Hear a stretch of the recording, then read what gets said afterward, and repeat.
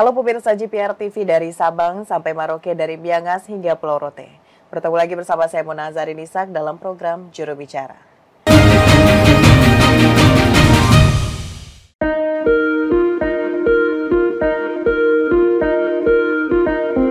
Presiden Joko Widodo meluncurkan layanan terpadu GovTech Indonesia di Istana Negara, Jakarta, Senin 27 Mei 2024. Layanan terpadu ini merupakan langkah awal pemerintah dalam mengintegrasikan dan mengoperabilitaskan sistem aplikasi dan platform seluruh layanan publik kementerian lembaga hingga provinsi dan kabupaten kota di Indonesia. Dalam sambutannya, Presiden menekankan kehadiran birokrasi di Indonesia seharusnya melayani dan bukan mempersulit dan memperlambat proses pelayanan publik. Presiden menyinggung saat ini ada 27.000 aplikasi atau platform di kementerian lembaga serta pemerintah daerah yang semuanya bekerja sendiri-sendiri.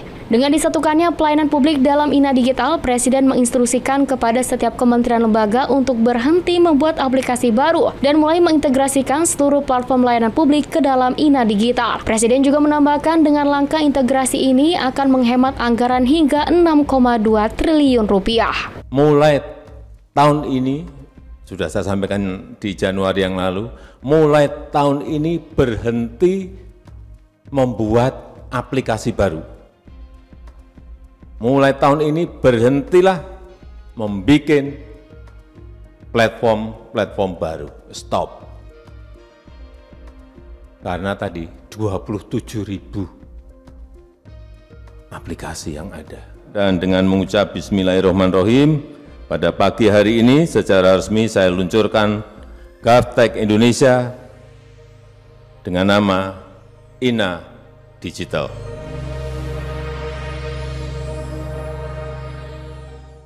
Pemirsa, hari ini Presiden Republik Indonesia Joko Widodo meluncurkan layanan terpadu GovTech Indonesia di Istana Negara Jakarta.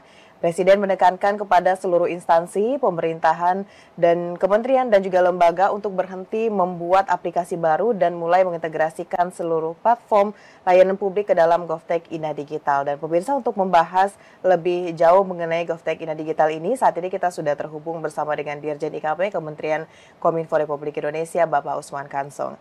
Halo, selamat malam Pak Dirjen. Selamat malam, Mona. Salam sehat Pak Dirjen. Ya, salam sehat kembali. Ya. Baik Bapak, ini Presiden Joko Widodo baru saja meluncurkan GovTech INA Digital, Pak Dirjen. Nah, sebelum kita bahas seperti apa nanti layanan tersebut terintegrasi dengan beberapa platform yang ada di Indonesia, pertama kali ini bisa disampaikan dulu Pak Dirjen, sebenarnya apa itu GovTech ini dan apakah ini menjadi aplikasi baru lagi yang dikeluarkan oleh pemerintah Indonesia, Pak Dirjen? Iya, jadi betul sekali pemerintah dalam hal ini Presiden Joko Widodo meluncurkan GovTech atau Government Technology. Ini bukan aplikasi baru. Ya, kalau aplikasi baru ini akan menambah daftar aplikasi di Indonesia yang sudah terlalu banyak. Tetapi ini adalah semacam sistem keterpaduan layanan ya dari seluruh kementerian dan lembaga.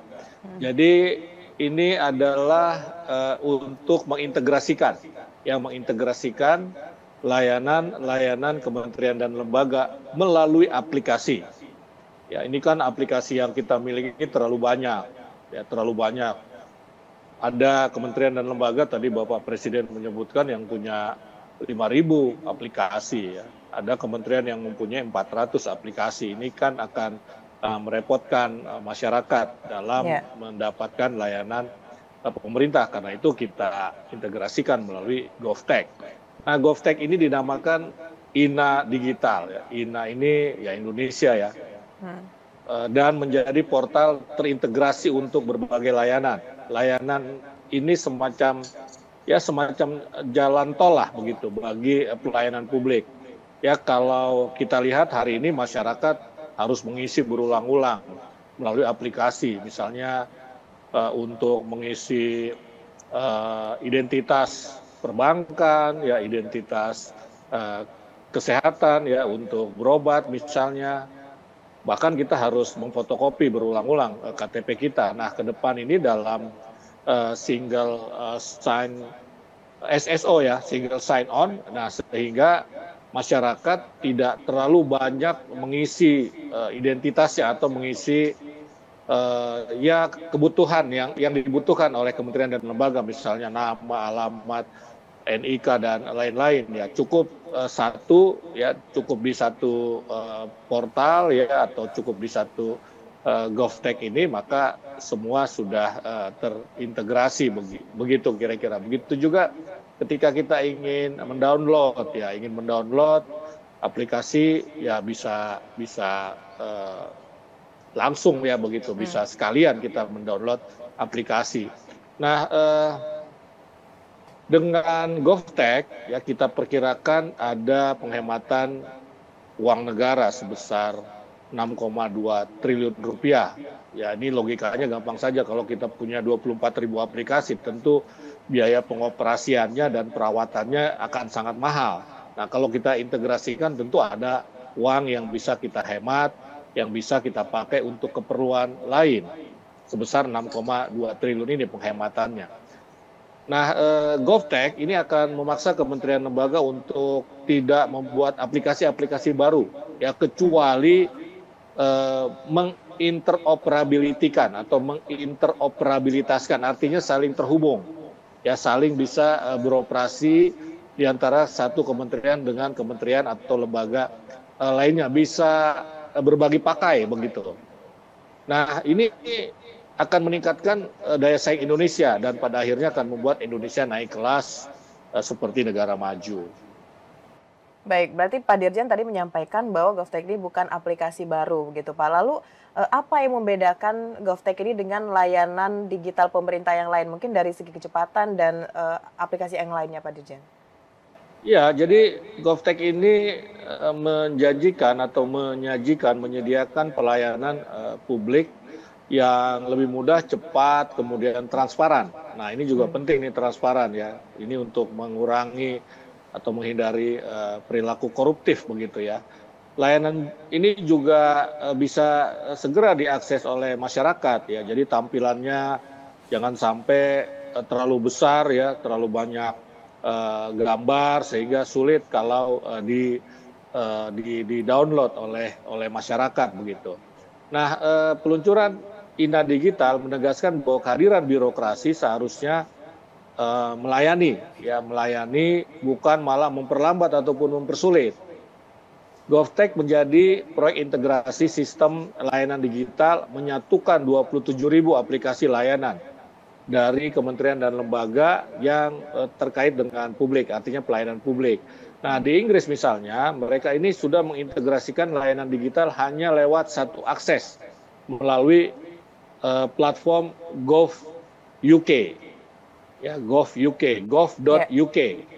GovTech itulah yang memandu integrasi layanan digital, layanan publik, layanan digital untuk pelayanan publik. Ya kita ya hanya tinggal mengakses satu portal, katakanlah begitu, kita sudah masuk ataupun bisa mengakses seluruh kementerian dan lembaga. Nah, GovTech ini akan bertugas menggerakkan keterpaduan layanan digital pemerintah yang selama ini tersebar di berbagai platform dan aplikasi. Nantinya publik hanya perlu mengakses satu portal. Tadi sudah saya sampaikan, untuk mendapatkan beragam layanan pemerintah, dan ini user friendly.